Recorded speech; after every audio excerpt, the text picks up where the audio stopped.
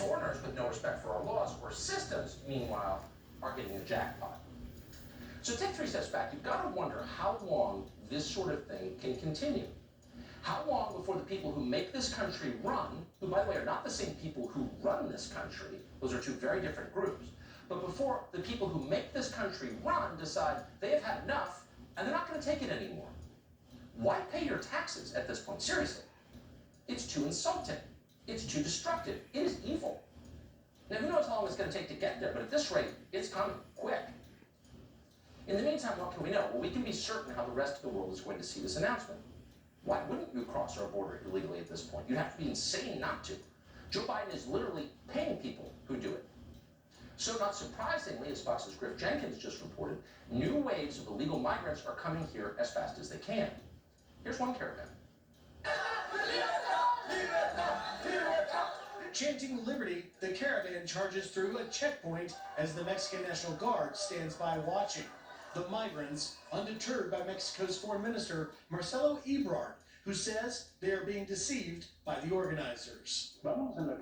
They tell them, let's go in the caravan. We get to the U.S. and they will let us pass. It's not true. You saw what happened with the Haitians. It's the same thing. But the warning isn't breaking the will of the migrants. That's not stopping us, because we got the power of God right next to us, and He's going to open. That is not going to stop us.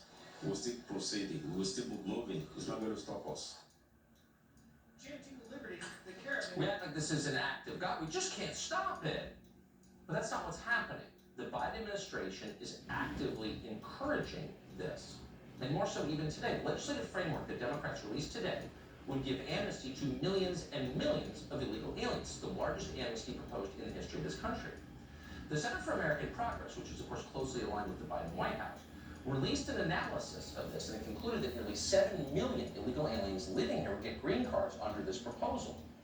Specifically, it would legalize anyone here illegally as long as that person could show he or she arrived in this country, follow this, between January 1st, 1972, during the first Nixon administration, and December 31st, 2009. That's a span of 47 years. Quite a strike zone. But what do you ask about the millions of illegals who've come here since 2009? Well, they're fine too, actually. The Biden administration has just put out a list of no-go zones, not places that foreigners who break our laws can't go. They can go anywhere, especially where you live.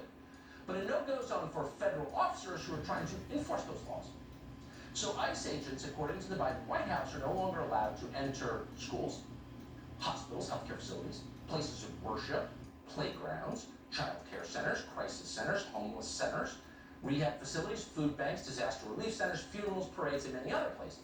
Basically, they're not allowed anywhere. So that's it for immigration laws. They're done. They're totally ignored. They're totally unenforced. The question is, the one that's never asked by anybody, is how exactly do American citizens benefit from these changes? Well, let's see. Here's a recent report from the state of Florida. When Polk County Sheriff Grady Judd discusses this horrific car crash that killed a 5-year-old girl, the anger in his voice is hard to miss. Had he been in his home country last Saturday night, like he should have been, our 5-year-old beautiful little girl would have been alive. But instead, Ernesto Lopez Morales was driving down State Road 60 in Mulberry. He has already drinking 6 32-ounce beers by his own admission. And the sheriff says Lopez Morales was out buying more beer. We're told his headlights were off, he was speeding, and he slammed into the back of a Hyundai Elantra driven by a Plant City mother. The impact crushed the back half of the Elantra, including the back seat, where the 5-year-old was in her car seat. So here's the point of that awful story. That man, Ernesto Lopez Morales, should never have been here in the first place. He was here illegally like millions of others. He didn't even have a driver's license. So after downing the equivalent of 16 regular-sized beers, 16, he killed a 5-year-old girl in a car crash. So the question is, what will Joe Biden do about things like this? Well, nothing. We know that for certain because Biden's already announced that drunk driving is no longer grounds for deportation. You only arrest for the purpose of dealing with a felony that's committed, and I don't count drunk driving as a felony. I don't count drunk driving as a felony. Well, that's a big change. Oh, that only applies to people here illegally, not to you.